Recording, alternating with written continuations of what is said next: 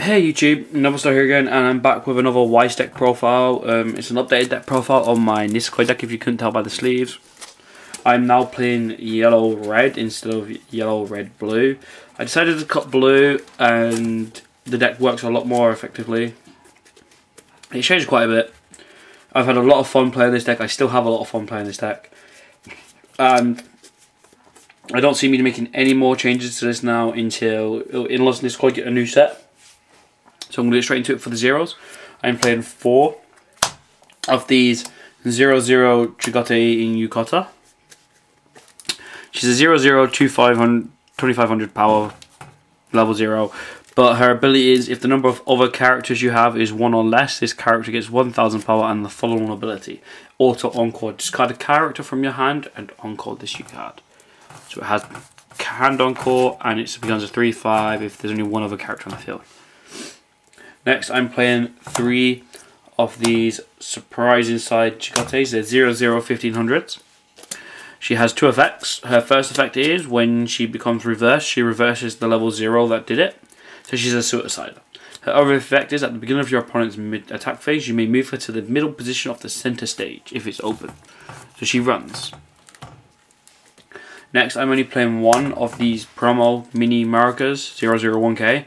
When this card is placed on stage, pick up the top card. Look at the top card of your deck and put it into your hand. Or put it on the top of your deck or into your waiting room even. Her other effect is you can pay 1 when she's placed on stage and choose a promise pendant in your waiting room and add it to your hand. I only play 1 of this because, again, I only have 1, but a second one wouldn't be as needed because I have other means to salvage. So 1's fine. Instead of playing the second one of the mini markers, I'm playing one of these 100 1500 aggressive girl marker.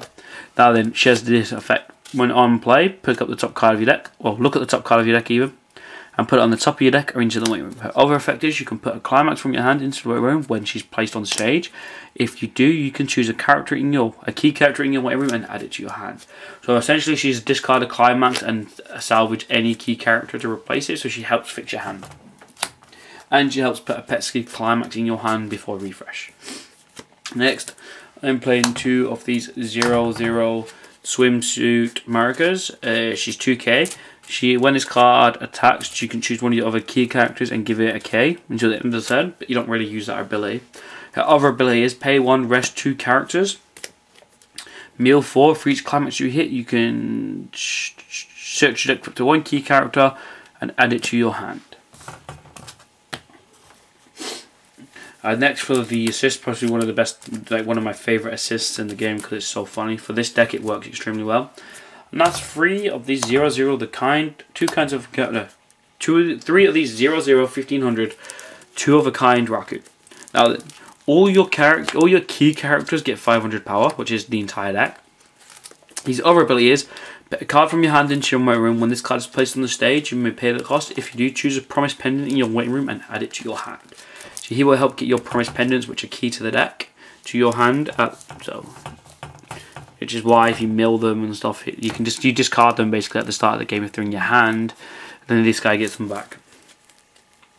Next, I'm on to level 1s. I'm playing 4 Weekend Date Chigote. Well, by the way, there's 14 level 1s. Level 0s even. Fucking Raku's on the floor. Okay, sorry about that. Okay, so I'm playing 4 of these Weekend 10 4500 Weekend Date Chigotes. Her effect is memory. If you have a promise pendant in your memory, she gets plus 2000 power. So she's a 1065. And if you've got a Raku on the field, she's a 107K. Next, I play 4 Marcus Odile. She's a 105K. And her effect is, when this card attacks, if you have... No, wait. When this card's battle opponent becomes reversed, if you have the climax combo, feelings from the last 10 years in your climax zone, you may choose a character from your way, remove it to the challenge. So when she kills something with the climax, you can salvage. Next, onto the pendants. I play 3 of these yellow pendants. They're 1/1 and You basically search your deck for a key character and add it to your hand, and then the pendant goes to memory. The reason why I'm not playing 4 of this one is because at times when I was playing 4, by the time sometimes I'd play one and there'd be like 3 cards left in the deck, so it was dead. The cards I was looking for would be in the waiting room. So I decided to put in one of these red pendants. Again, it's 1/1, but you rest 2 of your characters. And then you choose 2 key characters in your waiting room, return them to your hand, choose a card from your hand and put it into the waiting room. So again, you can add 2 cards that you need, 2 characters that you're looking for, and then you can also discard a climax from your hand if needed. Or a character that you don't need. So that's 12 level 1s. On to level 2s, I'm playing 4 swimsuit Chigotes. These are 2/1, 7/500. But she gets 1000 power for each promised pendant in memory. All the promised pendants move to memory after you play them. So essentially, she can become 11/5 with 4 pendants in memory. By level 2, by mid-game level 2 and early level 3, I usually have about 3 to 4 pendants in memory, so she's usually 10/5. On average, I think it's like 7 out of 10 games I've got 3 in memory by level 2. The next level 2 I play 2 of these 2/1 7/5 Chigotes. What she does is when another of your key characters attacks, she gets a K. But also you can pay 1 when this card's level 2 or higher battle point becomes reversed. You may pay the cost. If you do, search your deck for up to 1 key character or weapon character, or reveal it to your opponent and put it into your hands afterwards. So basically when she kills a level 2 or higher, you can pay 1 and set out a search. So it's a good way to search your deck. And if you attack with her last, she's usually 9/5, 10 if Raku's on the field. And for the last of the level 2, I played 2 of these 2/1 4500 Marika's Police Commissioner Daughters Marika even. She's a level assist. All characters in front of this card get 500 power times the level.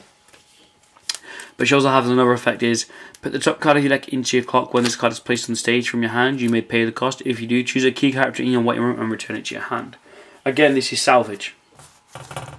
But this isn't stopped by Kantai Collection's anti-salvage, because Kantai Collection's anti-salvage is when you do it on the attack declaration. On to level 3s. I'm still playing the one Marika, but I'm now playing her at 4. The reason why I'm playing this at 4 is because it's a game, like my level 3 is to end the game really. What she does is when she's placed when this card is placed on stage from your hand, reveal the top card of your deck. If it's a key character, you may deal 1 damage to your opponent. When another one of these when another character of yours is reversed, she gets a K. So basically your opponent can misplay into this, because if they kill your other units, your other 2 characters first, this has become a 12k without assist, so she gets power.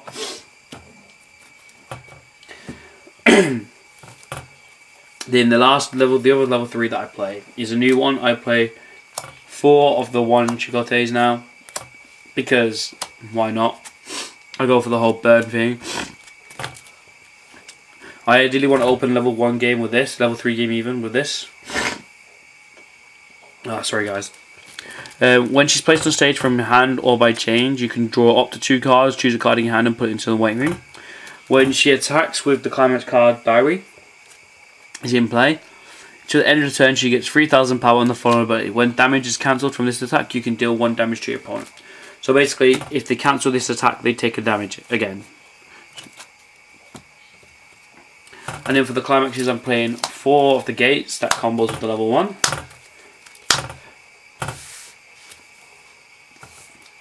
And then I'm playing 4 diaries, which is a 2k plus 1, draw a card. And the gates is obviously 1000 power, 1 total. So that is my updated Nisekoi deck profile for you guys. It is actually a very effective deck. It's a really strong build. It keeps up with a lot of decks as long as you don't open up badly, which is very rarely. Or as long as you don't see like no pendants the entire game, then you're pretty much going to win. If your opponent doesn't, like, if you know how to play the deck really well and your opponent's like not played the deck many times before, you probably win. Like the last game I lost for this was against Kill the Kill, and that was because refresh damage. basically we was both like 3 cards left on deck, 3 ticks, and it was like, fuck it, I refresh first. Because I forgot how many cards I had in deck and misplayed. Really. Which is kind of bad that I misplayed, but it happens. So yeah, thank you guys for watching. Remember to subscribe if you're new to the channel, and I think that's it for Weiss videos for today. I'm going to do the giveaway shortly, and then I think I might upload a Vanguard deck profile as well for you guys, but I'm not really feeling Vanguard that much anymore. I mean, it's coming to the point where I only want to play 2 decks, and that's it, so I'm just going to get rid of everything else. I mean, the cross is stupid, but I don't want it anymore. My Gear Chronicles I love, my Royals I love, so again, thank you guys for watching, and stay tuned for the next video.